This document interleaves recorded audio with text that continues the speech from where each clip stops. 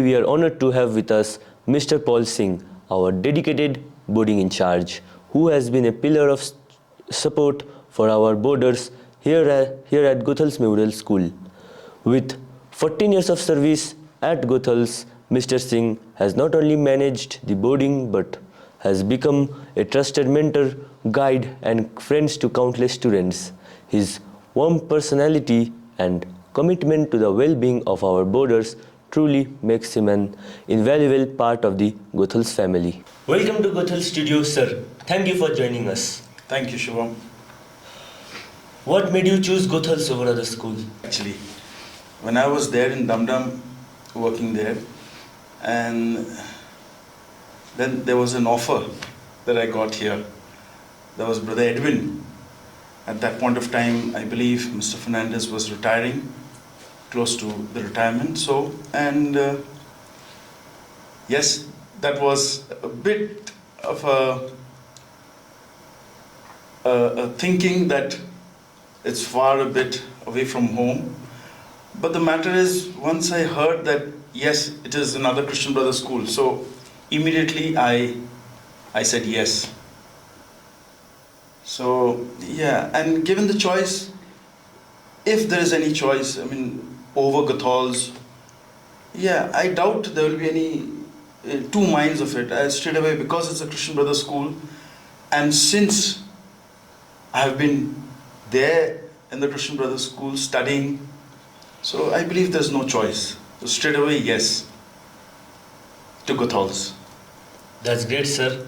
Sir, can you tell us what is a daily life in the boarding? Well, as usual, there's a routine for the boarding.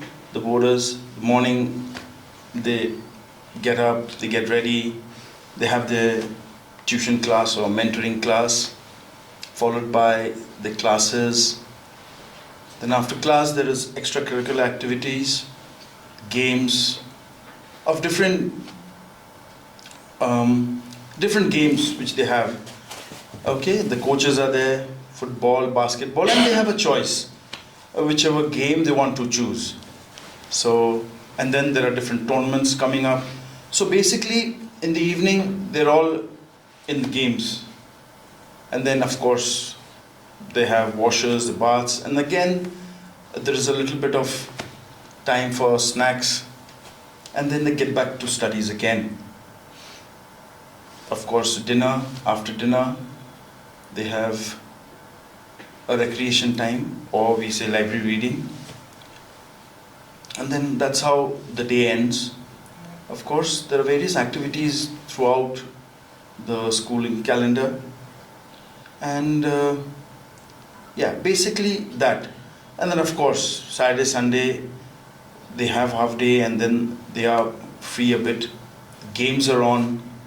Okay, sometimes on a Sunday we go for outing. Of course, sometimes Brother Sam takes the boys up to Mount Carmel, Chimney, they go for walks.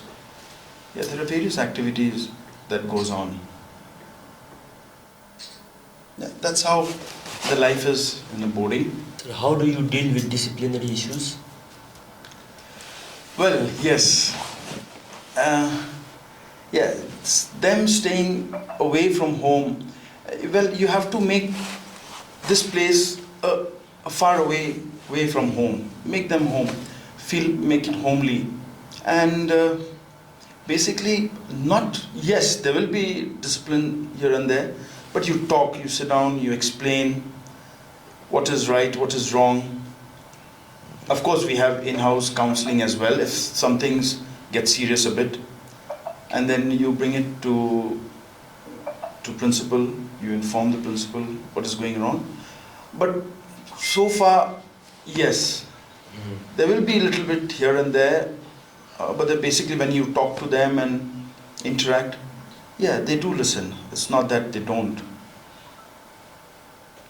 Yeah, gone are those days when, beating and all those, but then a lot of talking and all make them understand, and they do get it.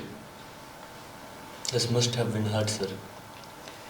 Not that difficult, to be honest. Since you were there, and whatever experience that I have gained over the years, and whatever, what to say, when I stayed there in Dum Dum, and the interaction that I had with the brothers, and it is that easy, you know. Well, I won't say I was not into trouble, sometimes occasionally, but then over the experience that I had, and they were good, and whatever love and affection that I got from them, and that's how you bring that to your work. And it is, to be honest, it is that easy. Not much of a discipline, I would say. Yeah, it's a happy lot. Yeah.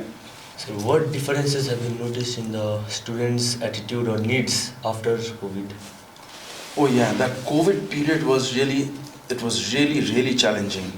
Honestly, I mean, when you're with the kids and the hustling and bustling that is going around, and then you come to a standstill, a pin drop silence. Yeah, that was really difficult time. Of course, the classes used to go on. I used to go and sometimes, help out the teachers, while recording or uploading the lessons and so on and so forth. But again, and then towards the end, when you come in the evening and stuff like that, it was a pin drop silence. COVID, yes, it has taught us a lot, but then thank God, by the grace of God, that is over, and we are back to life. And again, boys chirping and full of life. It was really dead kind of.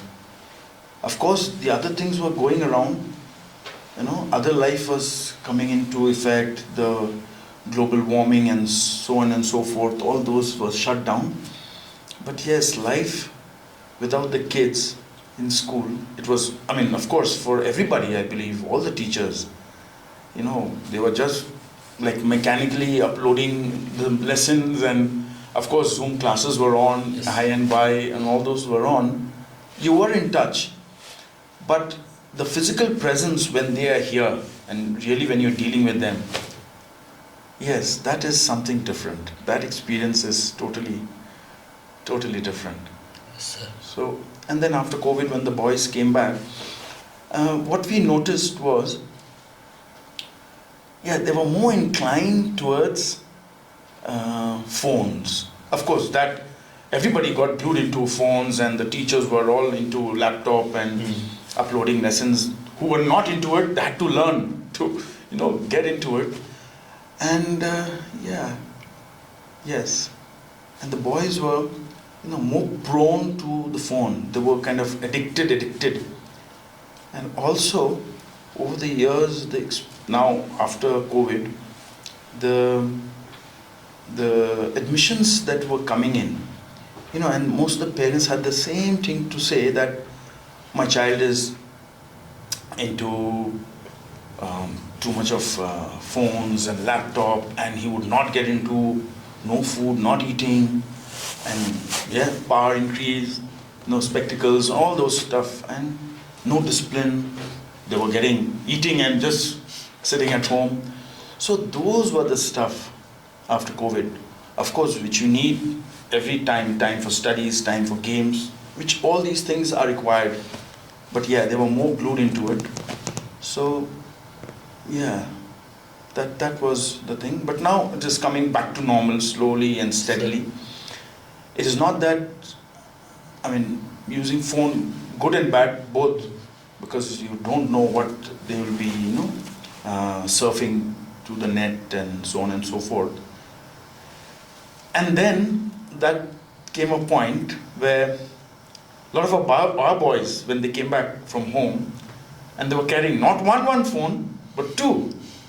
One they would hand it over to me, and the other one they used to hide. So I've got a bag full of captured phone. There's a small bag, submitted phones. So that was a little bit of challenge, but so far so good. Yeah, that's about it. While they call up home, sir, do they use that normal keypad phone or you have to give See, them a smartphone? no, in our school, previously, there used to be just 4 phones, and every dormitory, every fortnightly, they used to call up home. But afterwards, we changed the plan, and then we went, okay, because these days, parents, they want to hear from the kids, and gone are those days where once a month there was a phone call, then it came down to twice, and now four Four times. times. Yes, 4 times phone call. And they use the keypad phone. Yeah, they use the keypad phone. They call up every week. What activities do you plan for them, sir, to keep them engaged? See, basically the routine is such, they're more or less, they are into games or something. But when there is a holiday or something like that, you pick up with the prefects and the vice prefect. You sit down, we plan up maybe a street football, or basketball, dodgeball, cricket, all those small activities, and give them some prizes. Of course, now heavily Brother Miles into all these small activities, and a lot of those prizes, sometimes cake, a treat, and those things we give out. And especially over here in Kurseong, sometimes in the monsoon, the rain gets too much. Of course, nothing much to do. Of course, when there is no other games, you show them a movie or some documentary in the dormitory and the auditorium. Yeah, basically that is that. Yeah. What makes Goethals a bit a special place for the boarders? Yeah. Now that is. See, Goethals itself. Since I come from St. Mary's Dum, when I was in the boarding, that was my home. And of course, for the boarders out here, Goethals, once you stay in a place and with the surrounding, the friends that you get, it does become very close, very close to your heart. A second home, you can say. And for me, after spending, 14 years or so, yes, it is, of course, Dum is very close to my heart. Yes, sir. And of course, Goethals is, after staying so long, yes, you get attached to a place. And when you're here for 10, 11 months, so yeah, it is very special, very close to your heart. And of course, it is, as you said, the second home. Yes, it is special. All boarding schools, wherever they are, that place becomes very special to them. And the friends they make, the teachers they interact, the staff members, yeah, it does become very close. What advice do you like to give to new students joining the boarding house? Oh yeah, advice. Well, when they come for admissions, and of course when they're young, and the parents, when I talk to the parents, they're a bit apprehensive and they don't know. Of course, they don't know what's going to happen. And when I tell them our routine, our pattern, the boarding, and that life, life of being independent, a life of a bit of freedom, a life of hard work, a little bit. So it gives them a perspective to be a fine gentleman. And yes, somewhere down the line when they grow up, and they also understand the little of sacrifice. Maybe initially they might think why the parents have sent them away to a boarding school and all. But as and when they gradually grow up, and when they understand what life is, yeah, it holds a very important aspects of their living, and to show that respect to their parents, that grows slowly, gradually. It plays a very important aspect in their life. And when they grow up, and all the discipline, and all those they have learned in the school, it will reflect them when they grow up, and helps them to a better, be a human being, and judgment. Yeah, something on those lines, Yeah. Yes, sir.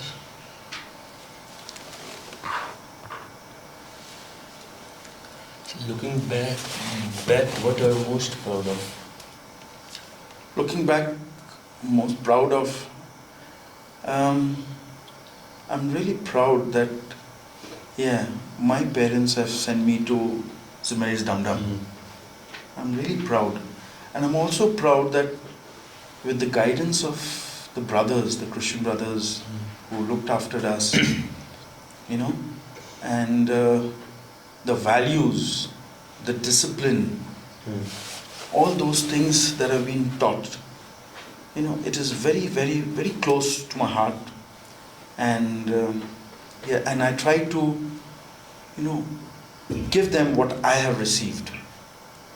Give them the best, not to feel homesick, and those are the things where I have, if when some ex-students, when they come and they share the experience and some memories, yeah, those are the little things, you feel really happy, that your stay and you're in touch with them, the experience that I have received, and I have somewhat passed on to them.